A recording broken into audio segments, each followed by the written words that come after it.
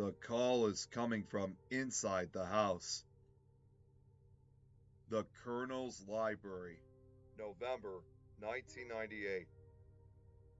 The Colonel sat in his vast library with an ancient parchment in hand. He had spent years, decades even, and countless dollars in search of the scroll.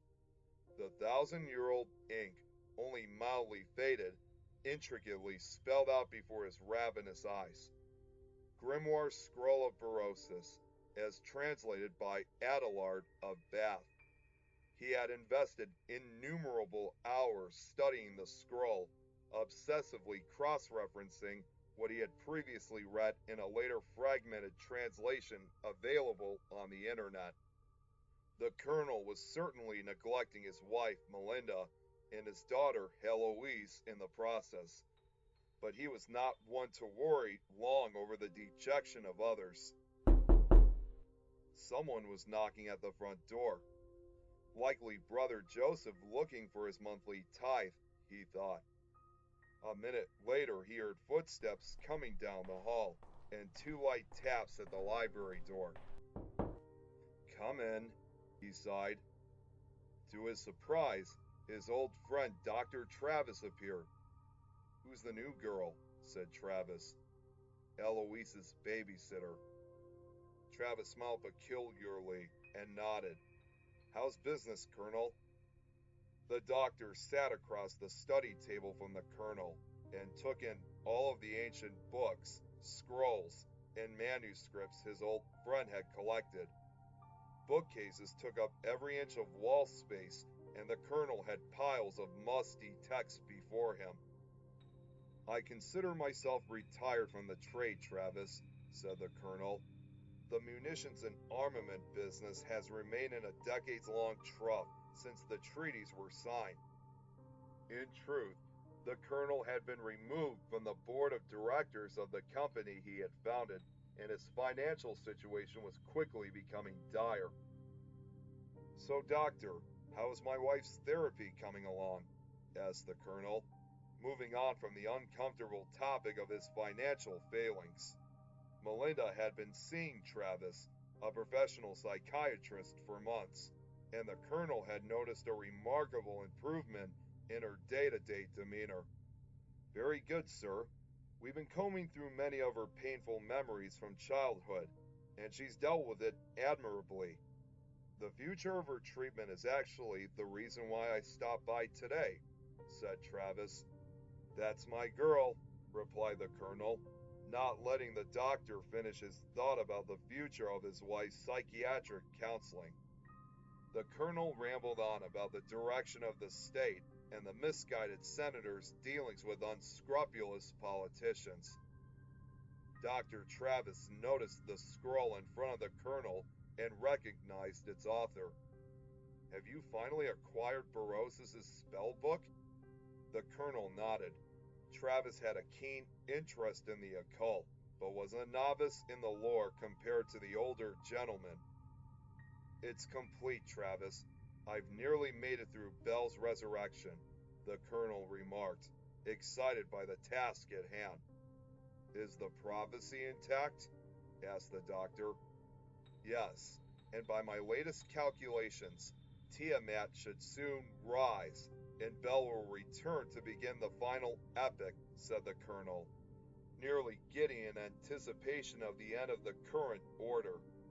He had come to attain a doctoral level proficiency in astronomy during his study of the Mesopotamian histories and lore books.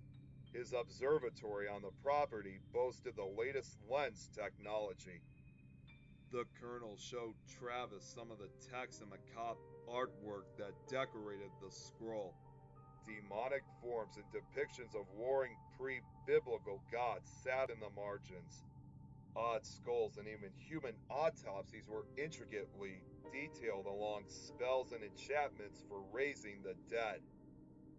Dr. Travis was mesmerized by the pictorials, diagrams, and what he could glimpse of the enchantments. The Colonel was greedy with his life's work, and soon moved the manuscript away from Travis's prying eyes. He had spent a small fortune and invested so much of his blood, sweat, and tears in acquiring it that he felt Travis unworthy of the special knowledge it contained. A knowledge he was already putting to use, setting the wheels in motion toward regaining his once great wealth and political clout. Yes, of course. Now, the reason for my being here, I came to deliver this letter to Melinda regarding her treatment. I think we've come as far as we're going to go together, said Travis. The colonel accepted the letter without question and wished his friend well. He immediately returned his attention to the ancient scroll on the table. Melinda's bower. Melinda sat in silence in her third-floor room with the sealed letter from her psychiatrist. The colonel referred to this personal space of hers as Melinda's bower. The large Victorian mansion had many rooms that the colonel adored. His library, the wine room, observatory. But Melinda herself only cared for her comfortable boudoir. She opened the envelope with a penknife and nervously removed the letter from her lover. Dearest Melinda, I don't regret what we began or what we have come to be. I was never in a position to analyze, diagnose, or treat your gift. It was truly a gift in your youth and remains so. You have come into a knowledge that far surpasses anything in the ancient manuscripts your husband hoards in his library. My wife is my partner in this world. What you and I shared was otherworldly. I won't be so callous to say that we part as friends, but we must be parted for the sake and friendship of each party. I know in my heart that we will be joined again when the prophecy resolves. Your part in the resolution of this world has yet to be written. Dreams and visions are only as premonitory as a synchronous series of events can be predicted or premeditated.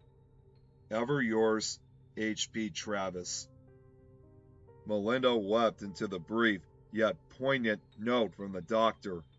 She was at odds with the puzzle of her ability expressed as a gift, yet moved by the professionally unemotional doctor's clear expression of undying affection toward her.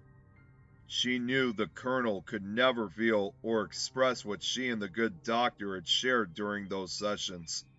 Now she had no more visits to look forward to, no more anxiety-filled hours in anticipation of the conversations she and Dr. Travis would have, the places they would visit, before she faced only a bitter disallowance. Melinda knew her living hours from then on would be unbearable, unthinkable. Heloise would be cared for. Her family was wealthy and independent of the colonel's failed contracts and money-grubbing war machinations.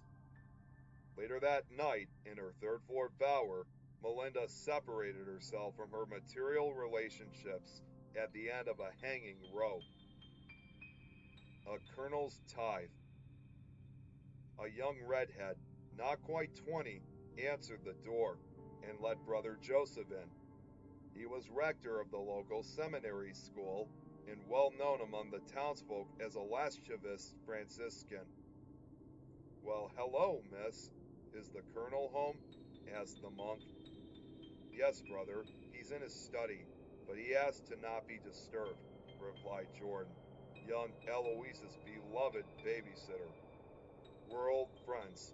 I'm sure he won't mind, dear, said Brother Joseph, eyeing the teen girl in a wholly inappropriate way as he passed to the staircase and up to the second floor of the home. The colonel heard the overweight monk in the hallway outside of the library and sighed in disgust. He had been practicing newly discovered ritual spells and hexes, searching for the correct pronunciation of Latinized words he had never seen before. Come in, Brother Joseph, called out the colonel before the Franciscan had a chance to knock. The monk approached the table and noticed that the colonel was studying a statue of what appeared to be an Egyptian pharaoh fighting an English griffin.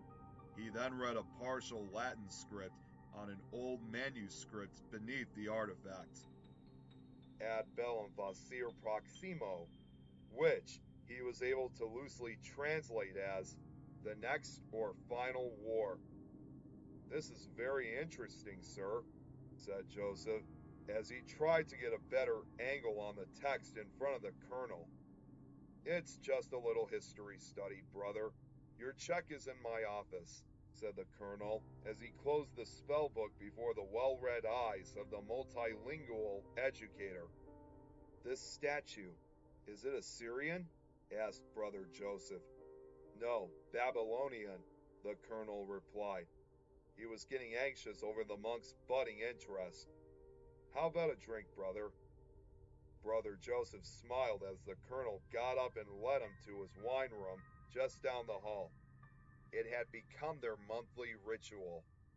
The monk collected the colonel's tithe for the school, and they would share a bottle of fine wine from the colonel's collection. The colonel poured 2 glasses of an old French vintage in the wine room.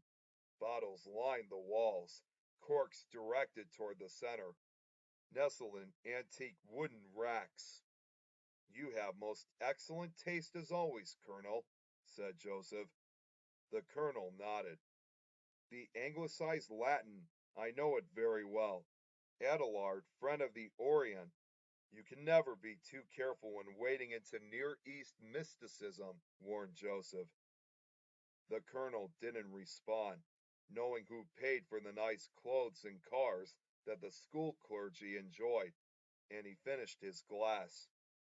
The silence of the room was disturbed by a cork popping and some liquid pouring forth, landing mere feet from the expensive shoes of the 2 men. What in the colonel began, before being startled by more corks popping and a dark red liquid streaming from individual bottles onto the floor, walls, and shoes of the pair. The 2 men shuffled about, attempting to get to the door and also to avoid the sanguinary eruptions. This isn't wine, exclaimed Brother Joseph. Their clothes were stained a blood red by the time they emerged into the hallway. Before they had time to catch their breaks from the shock of the wine room, they heard a woman screaming, seemingly from the 3rd floor. The portly monk struggled to keep up with the colonel down the hallway and up the stairs to Melinda's room.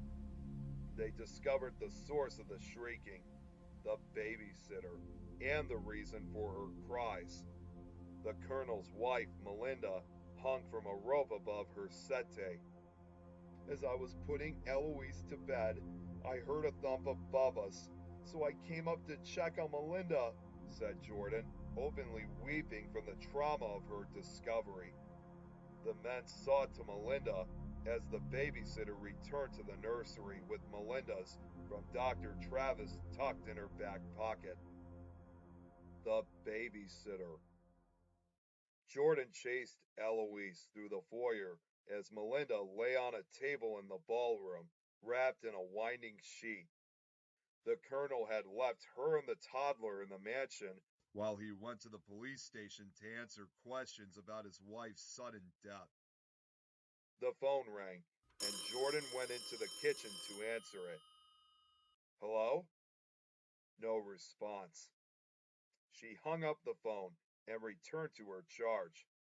Minutes later, the phone rang again, and she returned to the kitchen. But this time she let it buzz a few times. She noticed that when the antique bell paused, she could catch the tail end of the ringer from the phone in the colonel's office on the 2nd floor. Hello? Get out of the house, commanded a man's muffled voice. Who is this? Asked the babysitter. The man hung up. Jordan was frightened by the warning, but didn't know what to do, as the colonel was supposed to return any minute. When the phone rang again, she answered it quickly, demanding to know who was calling. She was sacrificed, said the stranger on the other end of the line. Who are you? This isn't a game, she shouted angrily. No reply. She slammed the heavy receiver back onto its cradle. Jordan stood in the kitchen, waiting for the phone to ring again. It did, but she didn't answer. It stopped ringing, but not 10 seconds passed before the cell phone in her pocket began buzzing. The number was restricted. "Hello!" she yelled into her phone. "I will drain every drop of your blood," said the stranger in the same low, gravelly voice. "Stop it!" shouted Jordan. She paused, waiting for the stranger to respond. She was startled when the kitchen phone rang, her cell phone still pressed to her ear. She watched the antique receiver jostle in its cradle as it rang again. "Answer it!" the stranger growled in her ear. Jordan picked up the kitchen phone and held it to her other ear. "Hello?" she said meekly. "This is Brother Joseph. You've got to get out of the house." Jordan didn't get a chance to respond. A man clad head to toe in black emerged from the back stairs and into the kitchen, tackling her against the countertop. Both phones flew from her hands and smacked against the tile floor. As she struggled to keep the stranger at bay, she realized that she hadn't heard the phone ringing from the colonel's office when Brother Joseph had called. The call from the stranger to her cell phone had been coming from inside the house. The stranger grabbed her hair and yanked her to the ground. She snatched the old phone from the floor and managed to kick him hard in the shin. She got herself back to her feet by pushing her shoulders against the smooth cupboard door and walking backwards. When the stranger lunged at her again, she slammed him in the middle of his black mask with the antique phone receiver. He howled in pain and ran from the kitchen toward the back of the house. Jordan tore from the kitchen and grabbed Eloise, taking her out the front door and into the night. She didn't know where she was running to and was about to change direction when she saw a man coming from the driveway. "Jordan, what's going on here?" said the colonel. The babysitter was relieved and frantically retold the events that led to her fleeing the house. The colonel placed her in his car with the keys and told her to lock the doors. He then retrieved one of his hunting rifles and a pistol from the garage. She watched the colonel enter the house, terrified at who he might encounter. She couldn't call the police since her cell phone was still on the floor of the kitchen. 20 minutes later, the colonel returned to the relief of Jordan and Eloise. He told them to get out of the car and that he believed it was now safe. "Someone was in my office rummaging around. They're gone now. I followed a small trail of blood out of the conservatory door, and there are footprints in the mud headed toward the forest." They returned to the house, and Jordan again put Eloise to bed, while the colonel called the detective whom he had just left an hour prior at the police station. Melinda the undead.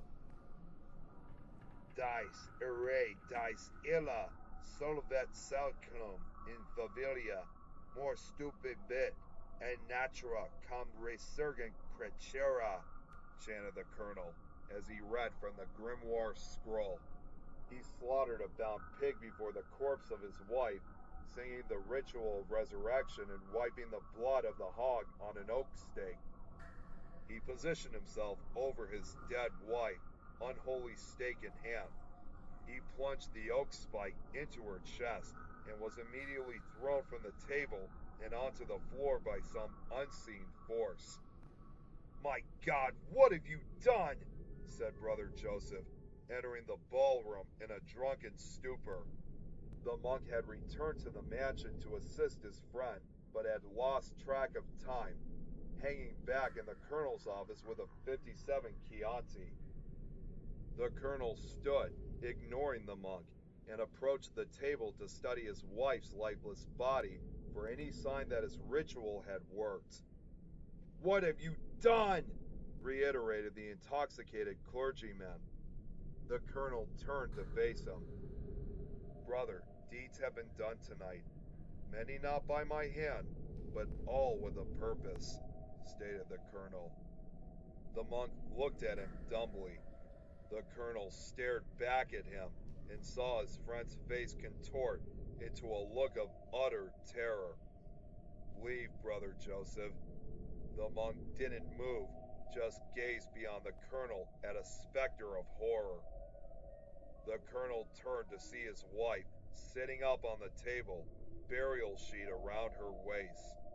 She stared at the wall. Her husband came to her and hugged her to him. She is risen, said the colonel. She tilted her head inhumanly, looking down at his face with a look of contempt.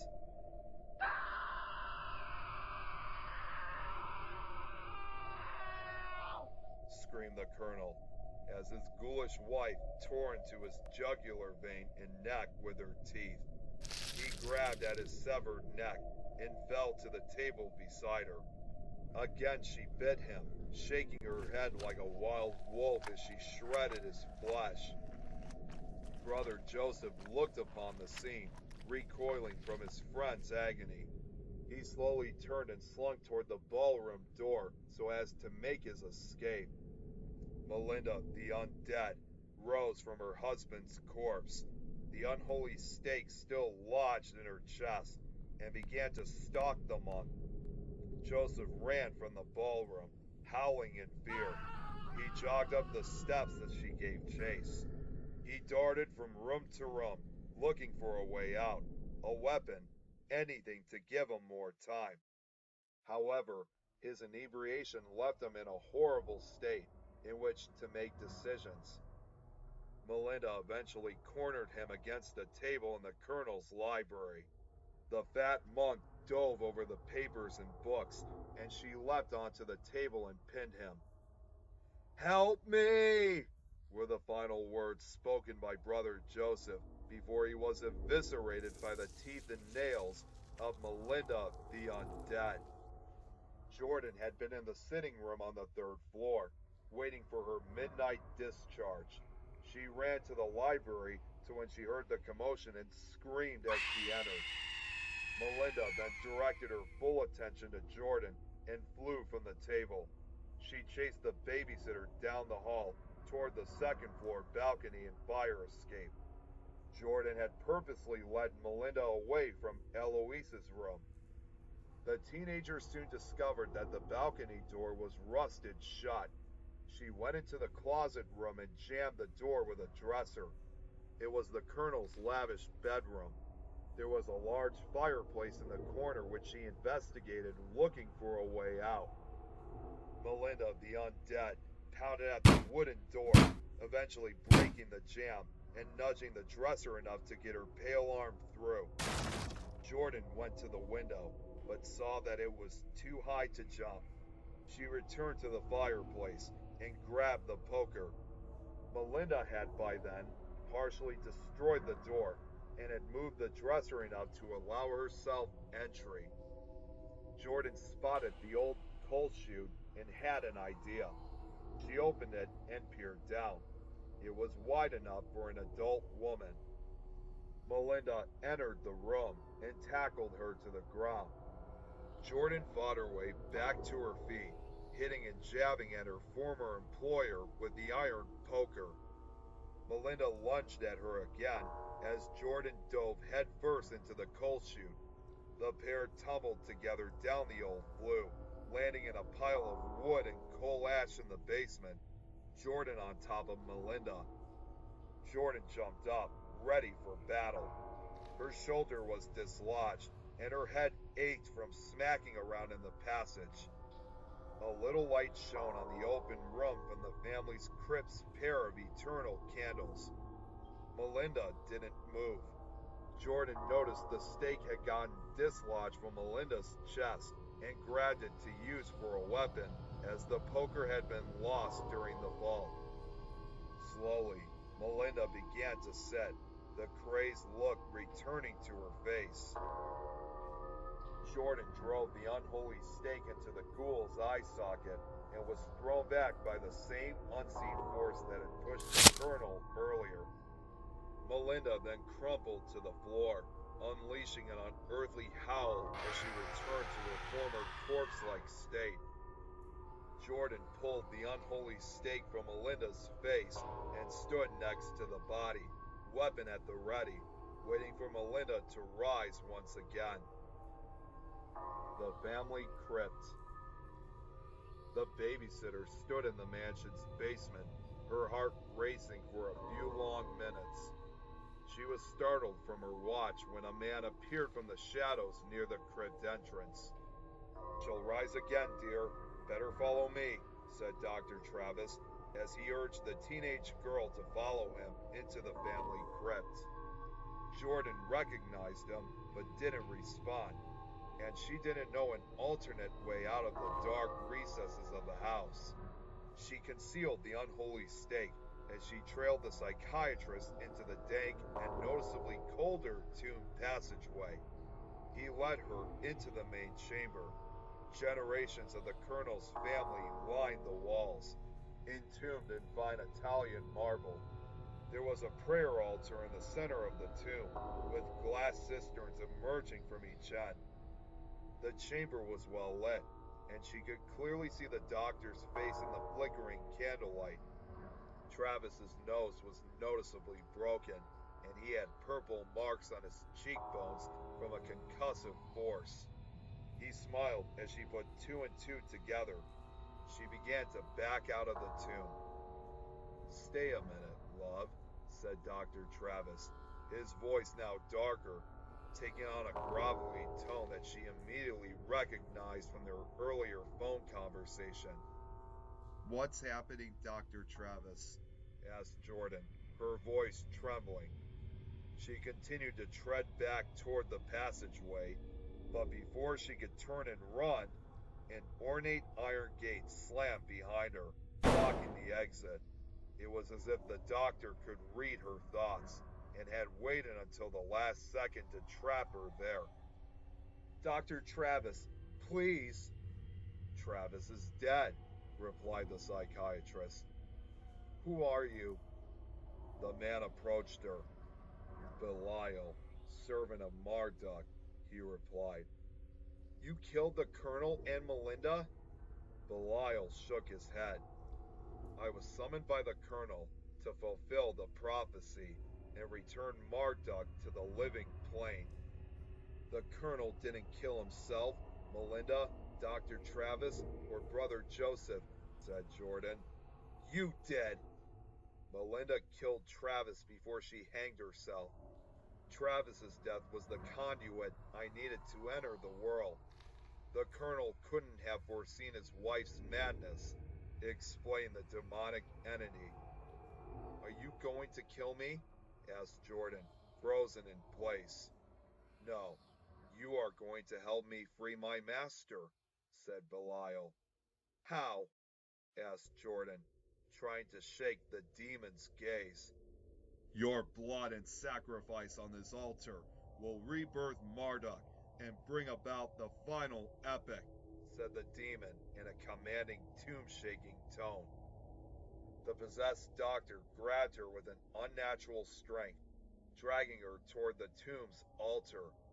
Pulled from her gaze, she dropped the unholy stake. Jordan spotted it on the floor and cursed herself for not acting when she had had the chance. Belial placed her on the altar with a thud, and she hit her head against one of the water cisterns. The demon raised a dagger to draw her blood, and she flailed and splashed him with water from the nearby cistern. It was a last-ditch effort and the only thing within reach, but it worked.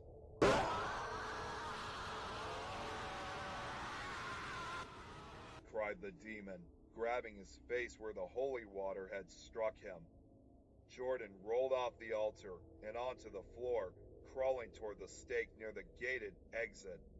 The demon was temporarily blinded and sought her by stomping around the vault and reaching toward the sound of her scurrying away. She reached the unholy stake and grasped it just as Belial yanked her from the floor and carried her back to the sacrificial altar.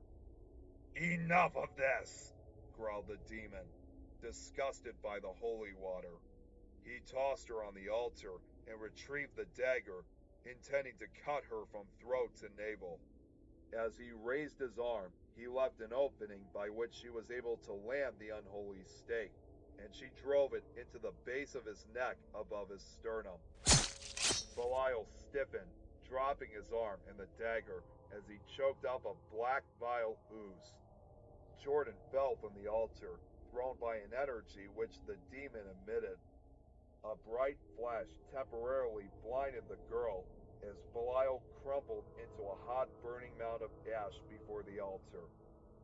Jordan walked off into the night as the colonel's mansion burned in her wake, the unholy stake and grimoire scroll tucked under one arm, young Eloise asleep on her good shoulder.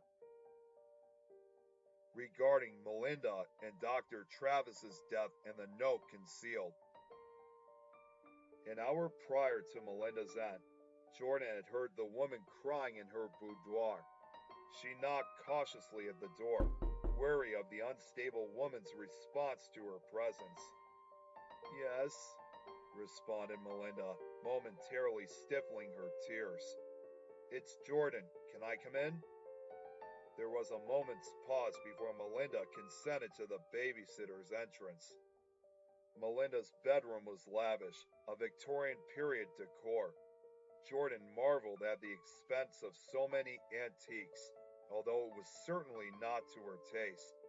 The older woman sat in a chair next to her bed, her hair and makeup a mess from sobbing. What's wrong, ma'am? God, I can't believe how screwed up I am, said Melinda, quietly as the teenager approached. What do you mean? Oh, just the way I let men into my life and give them everything. And it's never enough, replied Melinda wistfully. Oh, said Jordan. Melinda briefly chortled at the girl's response, then she began sobbing. Jordan approached her and hugged her as Melinda remained seated in the chair. She assumed the woman was heartbroken over something her husband might have said to her. The colonel is a dour old man, isn't he? Asked the teenager. Melinda didn't reply, but she did hand Jordan her letter from Dr. Travis. Jordan sympathetically read the letter while the older woman cried into her hands. At first, Jordan didn't quite understand the contents of the letter from the psychiatrist, whether it was about the end of a friendship or a professional relationship. But the portion that read, "My wife is my partner," was evidence enough that Melinda had been sleeping with her psychiatrist. It infuriated Jordan for many different reasons, one being the fondness she felt for the gruff old colonel. I should go check on Eloise, ma'am, said Jordan as she excused herself. Jordan didn't check on her charge after leaving Melinda's bower. She paced the third-floor hallways, thinking about the contents of the letter Melinda had received from Dr. Travis. How could Melinda cheat on her husband with her psychiatrist? How could Travis do such a thing? She thought, getting herself worked up over the new revelation. The teenager sat alone in the colonel's observatory for some time before she was startled from her deep meditation by the entrance of Dr. Travis. Hey, I found you, said Dr. Travis, smiling. Get lost, asshole, replied Jordan, her eyes wet with tears. He approached her and she resisted his embrace. I broke things off with Melinda because I want to be with you, Jordan, said Travis. You're full of shit! You cheated on me with her? Exclaimed Jordan brusquely. I'd leave my wife to be with you. I'm madly infatuated with you, dear, said Travis. The young girl accepted his embrace as she cried silently, not sure what to do or whom to trust. The months she had given him, all the secret trysts they had shared, were now ruined for her. At that moment, Melinda appeared in the observatory, curious, having heard Jordan raise her voice. "What the hell, Travis?" exclaimed an enraged Melinda. The psychiatrist released the teenager and backed away with his hands in the air. "Jordan, get back to work," said Melinda coldly, as Dr. Travis protested. The teenage girl left the room and heard shouts behind her, mostly coming from her scorned employer. She retrieved Eloise from her room and took her down to the first floor of the mansion. While Melinda the Deranged stabbed her ex-lover 27 times in the observatory, the colonel meticulously recited his pledge of fealty to Bel the Resurrected in the library on the floor below. He had been in full mastery of the power of the scroll and was too deep into his rituals to notice the psychiatrist's faint screaming.